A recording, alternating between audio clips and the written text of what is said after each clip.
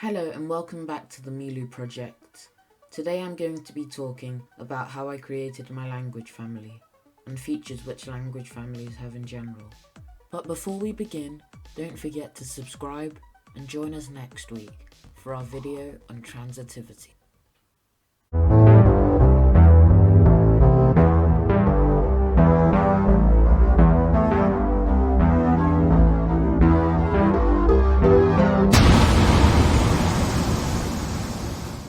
Far from the isolated communities of the Milu people, a bustling civilization exists.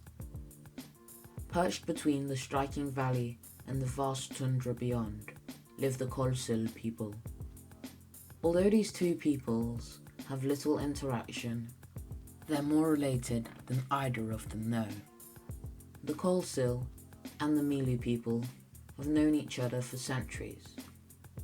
The Kolsil king would send messengers to Milu territory to negotiate trade and commerce. But one day, the Milu trader noticed something strange. In the towns further downstream, people pronounced "nga" like "ka." He found this very weird and talked to his Kolsil friend about it. His friend, Tikate, was also surprised, because kar is the Kolsil word for animal. The two laughed and joked about it all night. The words nga and kar are examples of cognates. The Milu and Kolsil languages are a dialect continuum. This means that the dialects from one town to the next are mutually intelligible. But once you travel far enough, they become separate languages. This means that both the Milu and Kolsil languages have a common but mysterious ancestor. Now let's look at some similarities between the two languages. First, let's look at why the nga, kar distinction exists.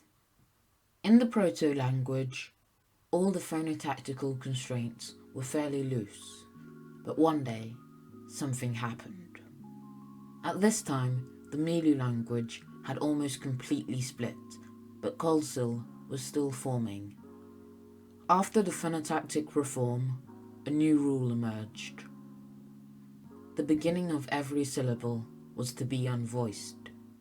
So what was once gar became nga and kar.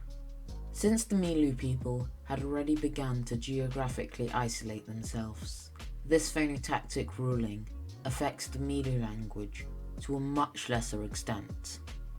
The second change I would like to point out is that the Milu language has been a lot more conservative with its sound changes.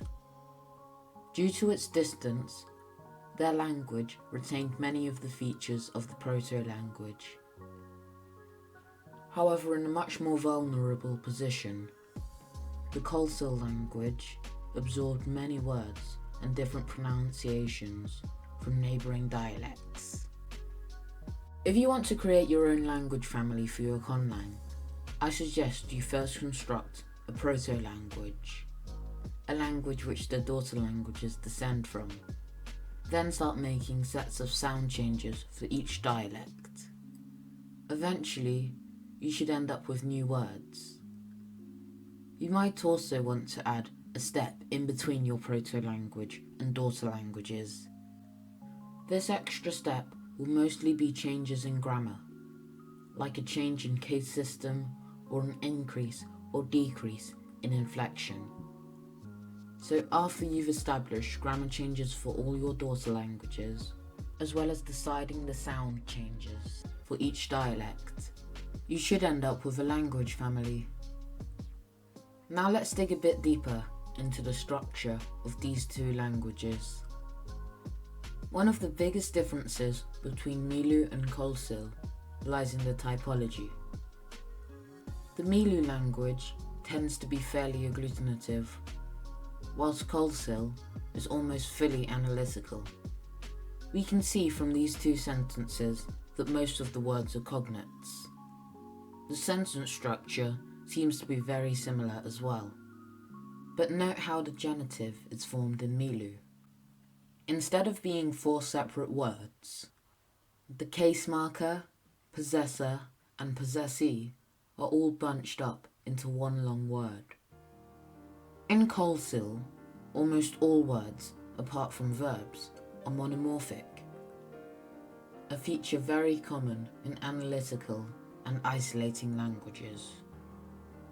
And generally, Colsil's grammar is a lot more complicated than Milu's. There are 10 pronouns compared to Milu's 3.